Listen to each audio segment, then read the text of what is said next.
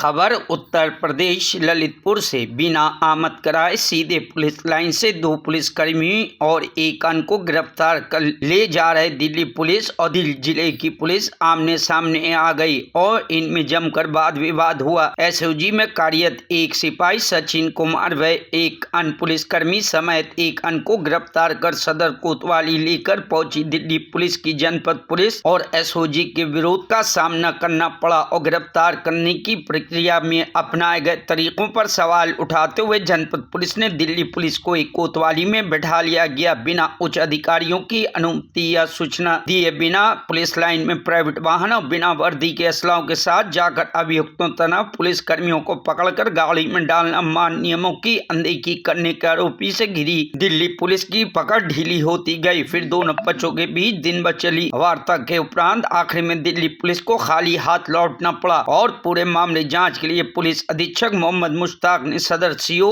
अभय नारायण राय को जांच दी है। जांच के बाद समुचित कार्रवाई अमल में लाई जाएगी। बता दें कि पुलिसकर्मी दिल्ली पुलिस के न्यू अशोकनगर थाने में 1.5 करोड़ रुपए की अमानत में खयानत करने का मामला दर्ज है। घटनाक्रम के बाद पुलिस अधीक्षक ने पूरे मामले की जांच सदर क्षेत्र अधिकारी को सौंप दी। दिल्ली पुलिस को खाली हाथ वापस लौटना पड़ा। तो वहीं देर रात पुलिस अधीक्षक मोहम्मद मुश्ताक द्वारा लेन देन को लेकर पंजीकृत हुए मामलों इनके द्वारा दूसरे आदमी के बिना अनुमति के आई कार्ड का दुरुपयोग करने के आरोप में आरक्षित सचिन कुमार को तत्काल प्रभाव से निलंबित कर दिया गया है। Bureau report news hub Bharat. देखिए,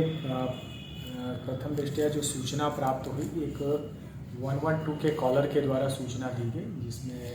शिखा नाम की कोई महिला थी, उनके द्वारा कॉल किया गया था कि उनके भाई विक्रम सिंह बुंदेला को कुछ अज्ञात व्यक्तियों के द्वारा प्राइवेट गाड़ी से आकर के और यहाँ से गाड़ी में डाल करके ले गए हैं। इस प्रार्थना पत्र की जांच मुझे क्षेत्राधिकारी को प्राप्त हुई, जिसमें जांच के दौरान पाया गया कि दिल्ली पुलिस में न्यू अशोकनगर थाने में एक अभियोग पंजीकृत था, जिसकी विवेचना के लिए वहाँ से एक प्रभारी निरीक्षक और उनके सहयोगी आए हुए थे। उसी विवेचना के क्रम में उनके द्वारा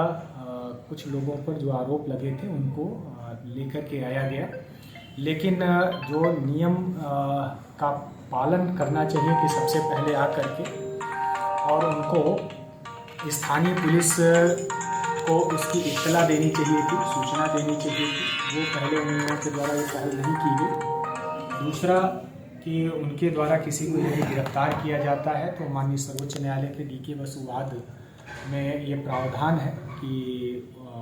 प्रॉपर उनको समुचित वर्दी धारण करना चाहिए, जिसमें स्पष्ट नेम प्लेट हो, जिससे जाना जा सके कि आप पुलिस वाले हैं और कौन से पुलिस वाले हैं। गिरफ्तारी का कारण बताना चाहिए, उसके बाद ही कहीं लाना चाहिए। उनके और जो दिल्ली पुलिस में वादी हैं मुकदमे के, अंकित जैन उनकी तथाकथित बहन या सहकर्मी हैं सीमा जैन, इनके द्वारा पार्टनरशिप में एक इनके भाई के थ्रू, जो सचिन अग्निहोत्री हैं उनके भाई, और इनके पार्टनरशिप में एक बीपीओ कानपुर में खोला गया था। उसके पैसे के लेन देन का इनमें आपस में डिस्प्यूट था, विवाद था। उसको लेकर कुछ विवाद के चलते अभियोग पंजीकृत कराया गया था, जिसमें सचिन अग्निहोत्री के भाई के द्वारा थाना मंगलपुर कानपुर देहात में एक एनसीआर पंजीकृत कराई गई थी, जो 29 जनवरी 2025 को कराई गई थी। और उसके बाद इन लोगों के द्वारा दिल्ली में न्यू अशोक नगर थाने में अभियोग पंजीकृत कराया गया था। इसी को लेकर के वो विवेचना के क्रम में यहाँ आए हुए थे। चूँकि पहले स्पष्ट वर्दी नहीं धारण करने के कारण या स्थानीय थाने को अवगत न करा पाने के कारण थोड़ी उहापोह की स्थिति उत्पन्न हुई थी,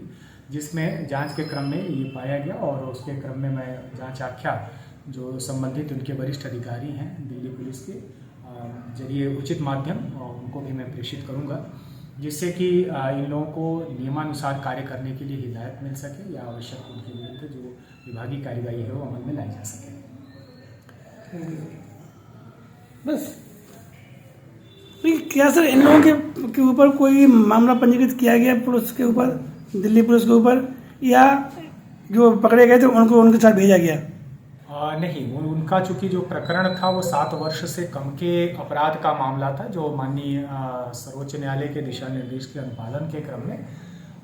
यहीं से उनको नोटिस पहले तो सूचना देनी होती है, तो उनके द्वारा 35(3) ENSS की धारा का